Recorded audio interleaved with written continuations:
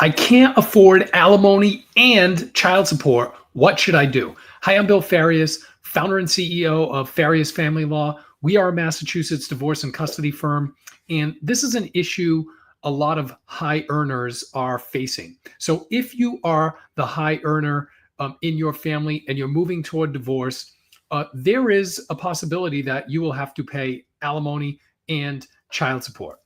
Child support is based on the amount of time the child spends with each parent and the parents' incomes and some allowed expenses like health insurance, child care, previous support orders.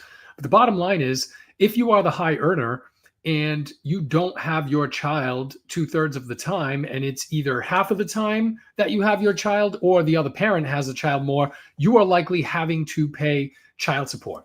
And that is based on a specific calculation. The Massachusetts Child Support Guidelines, there is a calculator. We have one on our website. You can find one on other websites for attorneys, the state of Massachusetts. And you plug in the numbers and it will give you a presumptive child support amount. What happened was in 2022, a case came out called Kavanaugh, and that case requires judges and attorneys to consider alimony in cases in which there is a significant disparity in income, even if the individual, the higher earner, is already paying child support. So basically it says, look, just because you're paying child support doesn't mean you can completely ignore alimony. And so judges and attorneys are doing these analyses on these cases where you have a disparity in income. So if you feel like you cannot afford to pay child support and alimony on top of child support, then what you need to do is you need to work with an attorney on analyzing the potential recipient, so your soon-to-be spouse's financial needs and your ability to pay. So even though there are these formulas that can be used to come up with numbers, at the heart of an alimony analysis is need of the person asking for the money and ability to pay of the person who will be paying. And so what you need to do is you need to dig into the financials and look at, once your soon-to-be X is actually getting child support, what do the numbers look like? What are the projected expenses? What is that individual's net income?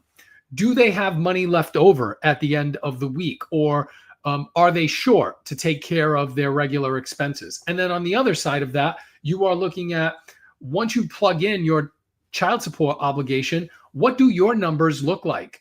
Are you able to take care of your basic needs? Do you have a surplus, a net cash surplus at the end of each week? Or are you in the red? Are you in the negative? So you really need to examine both sides of this, because if either you cannot afford it and the numbers dictate that you cannot afford it, or your soon-to-be X does not actually need it, and the numbers show that there is a surplus, that they are in the black every week by a certain amount, then it may be that there isn't the need or ability to pay for there to be alimony added on top of child support. But you won't know that until you actually do the analysis. So work with an attorney, do that analysis, make sure that you're on solid footing in terms of gathering the information you need and actually examining the numbers. If you have any questions on this, you can contact us 508-675-0464. You can email us at info@fariasfamilylaw.com. If you found this video helpful, you can like, share, subscribe, and you can find us on social at Farias Family Law. Thank you. Have a good day.